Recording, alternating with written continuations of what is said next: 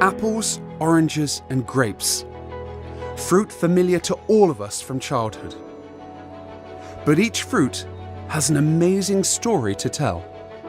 Take the humble apple. It originated as a small tree in Central Asia. And over thousands of years, wild trees have been selectively bred in orchards and traded across the world, giving rise to more than 7,000 cultivars known today. Our supermarkets hold only a tiny fraction of a percent of the fruits humanity has created or depended upon. Over 99% of all bananas sold to Europe and North America are Cavendish bananas. But this is just one of hundreds of cultivars of just one species, Musa acuminata.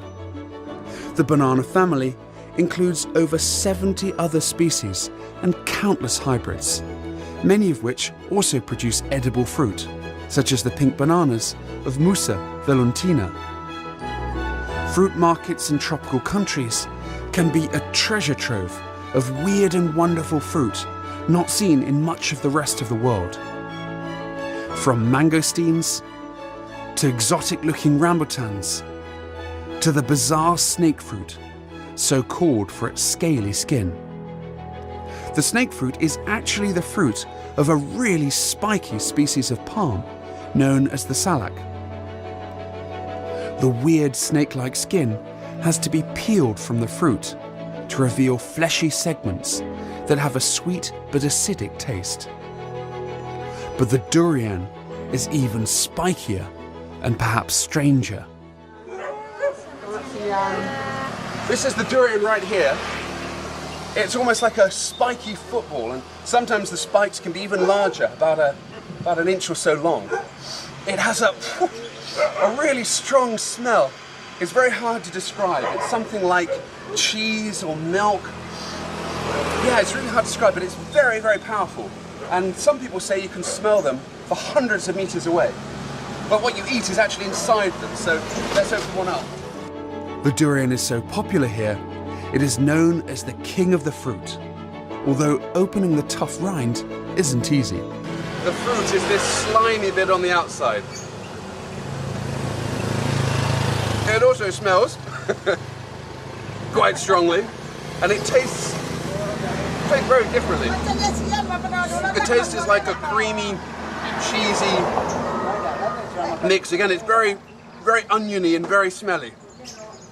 But it tastes very good, it's lovely. And people, in some cases, spend hundreds of dollars on the most prized durians here. They're really, really, really, really popular.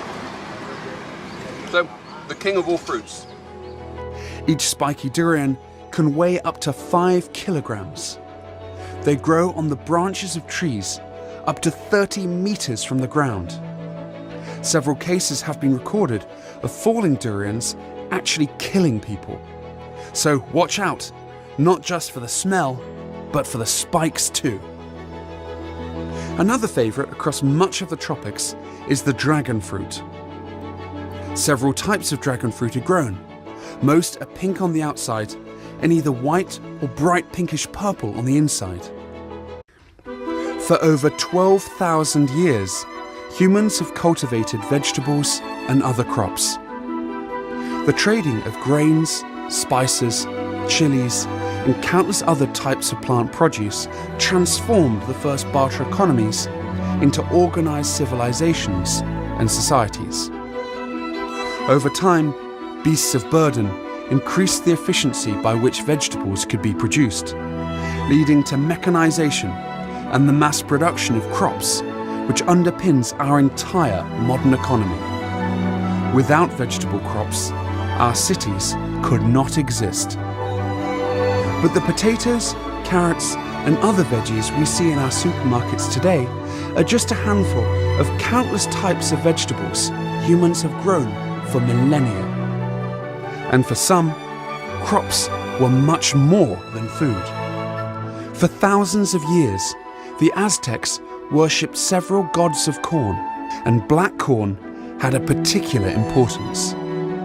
For centuries, it was used to make an alcoholic drink called masato, which is still made today, and it features in ancient folklore and myths, Hundreds of strains of colourful corn have been grown across the Americas for millennia, and many of these heritage strains are easy to grow at home. Some of the best are glass gem corn, or bloody butcher corn, or the miniature strawberry corn. Germinate corn seeds in a greenhouse, and then plant corn plants into your garden in spring. Corn plants are wind-pollinated, and so need to be planted close together in rows to ensure a good crop yield. Around 90 days later, at the end of the growing season, your corn plants will have grown into something like this. These plants are ready to harvest, so let's go look what the corn is like. Wow, look at this yellow one. Yellow and black kernels, and this is a really dark one. Look at that one there. Those are stunning corn.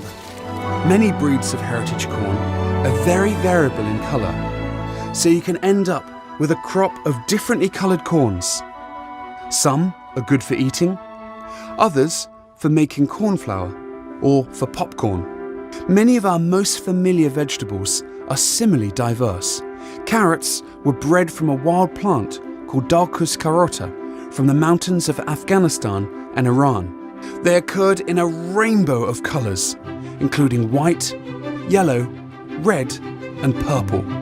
The orange carrots we know today were bred by Dutch growers during the 16th and 17th centuries.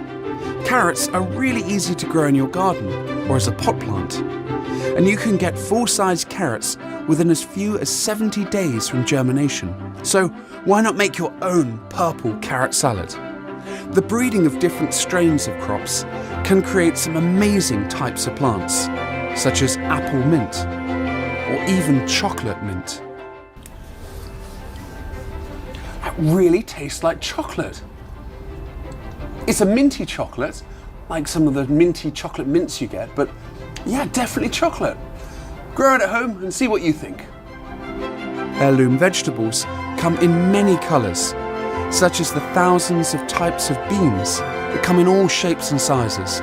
But in many vegetables, purple forms are prominent due to the accumulation of anthocyanins. Purple broccoli, purple Brussels sprouts, and purple cauliflower are all easy to grow in your vegetable patch at home, as well as purple potatoes.